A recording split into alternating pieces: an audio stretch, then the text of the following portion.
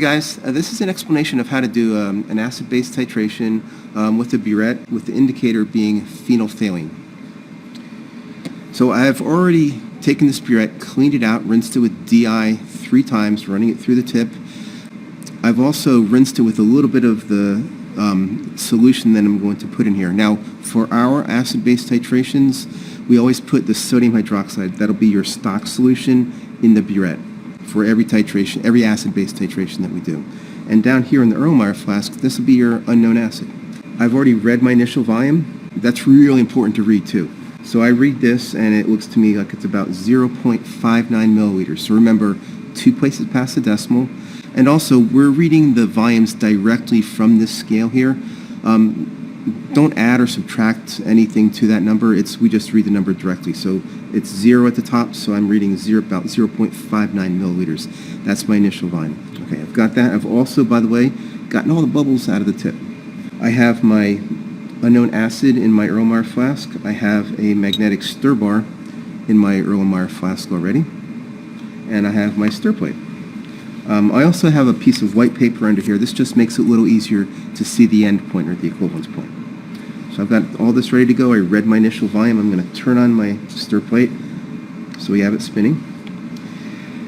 And I'm going to add my indicator, phenolphthalein. A few drops, 3 or 4, maybe 5. Now with phenolphthalein, it looks clear when it's in an acidic solution. It looks just like water. When it turns basic, pH of about 7 or so, it'll turn a light red color. That's what we're looking for. Now, the key to any titration is patience. You have to be patient. It'll go, okay? Just got to keep going and not getting in a hurry, because when you get in a hurry, oftentimes you'll miss the end point, which means you have to do that again. What we're looking for is, as we add the sodium hydroxide from the burette, at first it'll look like nothing's happening, but keep going, be patient, and then pretty soon we'll see a splash of light red appear and disappear real quickly. That means we're starting to get closer to the end point. So that means we want to go slower. Now, the way you control the speed, and you can do it really well with a volumetric burette like this, is with how fast you turn the stopcock.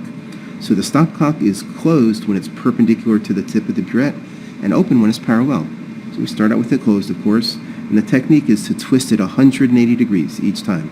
Now at first, we can go somewhat faster, and the way we go fast with this technique is to turn the stopcock slowly, because the slower you turn the stopcock, the more sodium hydroxide comes out with each twist, and you're actually titrating faster.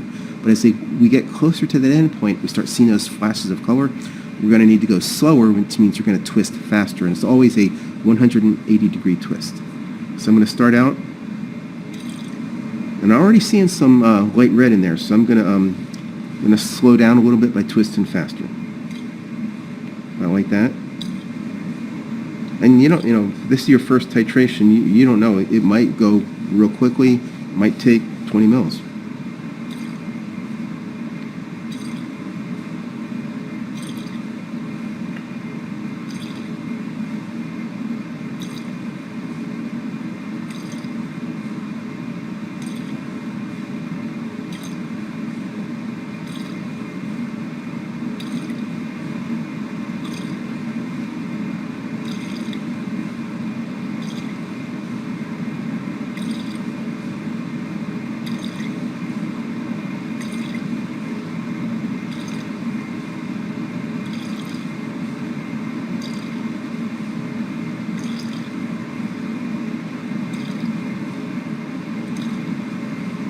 See how it's starting to hang around a little bit longer? That means we're getting closer, so I'm going to go slower by twisting faster. And notice I also wait each time for the color to completely disappear before I add some more. Look at that, it's lasting longer now. So I'm going to go slower by twisting faster. So look at that, it's pretty close. So now I'm twisting really fast to go really slow.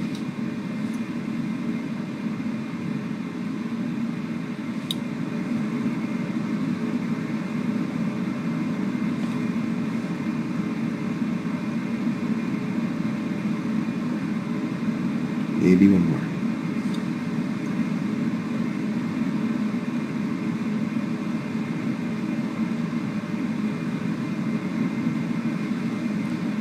There we go. Where's it? Nope, I'm still clear.